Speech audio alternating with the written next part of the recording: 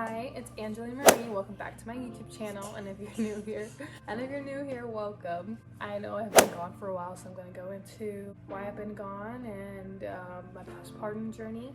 And if you're interested, make sure you keep on watching. So if you hear things in the background, it's because my son, he's 10 months now, and he's getting into everything. So he'll probably pop up sometime in this video. Postpartum was kind of rough for me compared to my pregnancy and my pregnancy journey. That played a bit impact on why I wasn't posting. Also, just learning to make time for everything is really hard. Like making time just to like keep your house clean, making time to wash your hair, making time to go do your nails, making time for whatever other than your baby and what your baby needs. It was really hard for me to manage that. So a few of the changes that has happened while I've been away is we moved, obviously. I got a new job. Well, I'm working for the same company, but I got promoted and I got moved to a new location, so that was really exciting. I have really have gone full force into gaining my strength back and going back into the gym, so that's been really fun. So right now, during that time, I was just really trying to get back into the swing of things. Also just kind of really dedicate my time to being a mom and learning a lot of new things that I've never had to do before. If this is my first child, if you guys are new here, I'll link my birth vlog video down below that shows my birth experience of me going into the hospital. So I'm just gonna go back to how things were right after this one. Simplest way to explain it, I was very tired. I would say the second night at the hospital was the hardest night because Angel was cluster feeding. He was waking up every 10 to 15 minutes to breastfeed. I could not sleep. I felt like I was getting hit by a bus because a lot of my medications were wearing off. Me and my boyfriend, we both had a lot of anxiety because this was all new to us, but especially not having one of our parents there. I always envisioned having my mom there. That was really, really hard, not having her there. Using the bathroom was really hard. Looking at my body was just very surreal, to see my body one moment and see my body the next day. And I'll insert a clip here of how my body looked right immediately after birth. I've always been a pretty fit person. I wasn't really going to the gym before I gave birth for 2 years, but I did dance and I was living a very active lifestyle, so I've always been a naturally fit person. This was it was a little bit of a shock for me. I felt like my core did not exist at all. I had no strength to pull myself up. And I also got a hemorrhoid and I got a 2nd-degree tear. So, okay, you don't want to be in this video.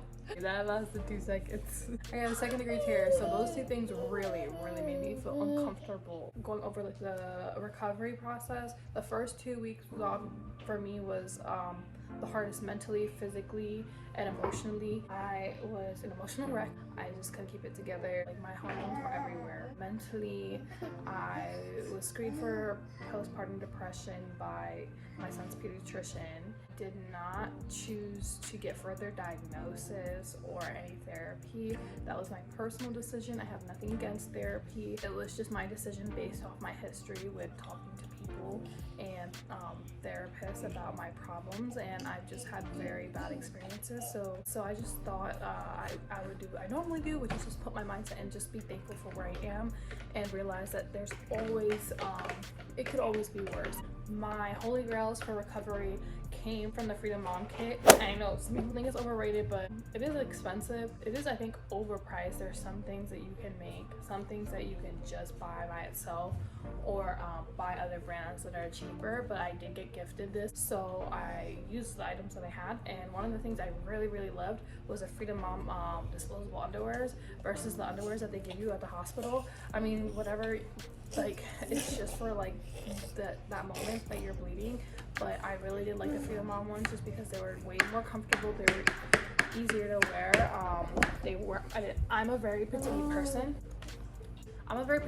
So the underwear that they give you at the hospital is a one-size-fits-all type of thing, but they were very loose and like baggy on me.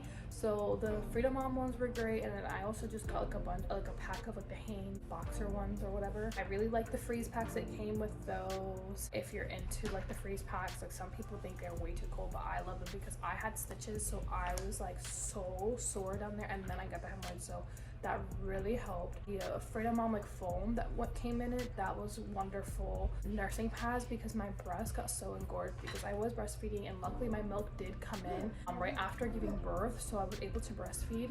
My breast got so engorged that I would leak all the time, and getting the heating pads that would just lay right there, oh my god, they were literally godsend. Also the Freedom Peri bottle was really great. It's not like the hospital doesn't give you one, like the hospital gives you one. It's just that the Freedom Mom one was way more convenient, and I had it, so I just used it. Fast forward to 6 weeks postpartum, my doctor cleared me to walk and to start exercising, so I decided to start walking for a little bit. I am starting my daily walks now, so it is, I started this one at 9:50. I'm just gonna do a 20-minute walk around the neighborhood. I'm just out here walking around the park right now.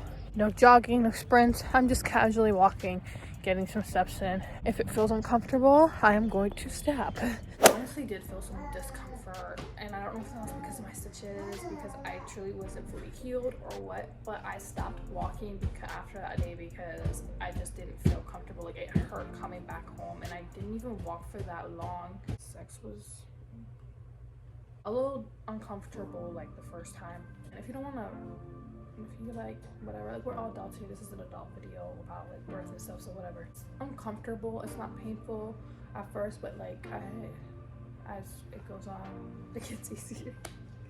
It gets easier. Body update. I've been going to the gym now like probably for the past, since like 7 months postpartum. I really started going to the gym. Before that I was doing home workouts and things like that. I'll give you guys a quick like body update right now. So this is my body now. I'm a very short person, but I gained 40 pounds. I'm like 5 feet or 4'11", like my boyfriend likes to say. So 40 pounds really showed on me and showed on my face a lot, but it's okay. It was all for the beautiful experience of creating a child. After my 3 months of maternity leave was over, I went back to work. I had to. Baby stayed with his dad because his dad had paternity leave for another month, but I still had a very intense separation anxiety. I cried the first day that I cried the first night because I thought, or the first day, because I thought he was not going to recognize me. Little did I know.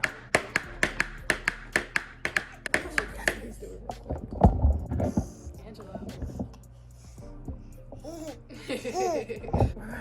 We're back to our normal thing. It was hard going back. Luckily my job did have a nursing nook, so I could pump while I was at work, and they weren't really like strict on how much time I used to pump, so I would pump 2 to 3 times a day. Unfortunately, that still lowered my milk supply. I was trying. There were a few women in the office that have been breastfeeding for over a year and were giving me so many tips that I was applying, and I think it was just because I was so used to nursing him at home.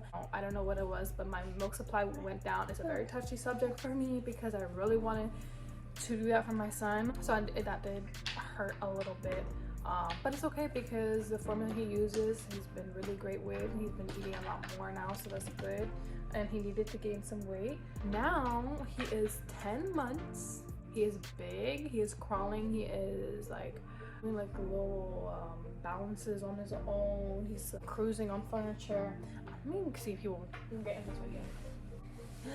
Hey. Hello. He is so big now. We have given him so many haircuts because his hair grows so fast. I mean, I guess looking back, the only thing I wish I would have done differently is maybe like considered looking into postpartum depression, because I do think it would have possibly helped. Other thing I wish I would have done differently is to train him sooner, because he is an awful sleeper.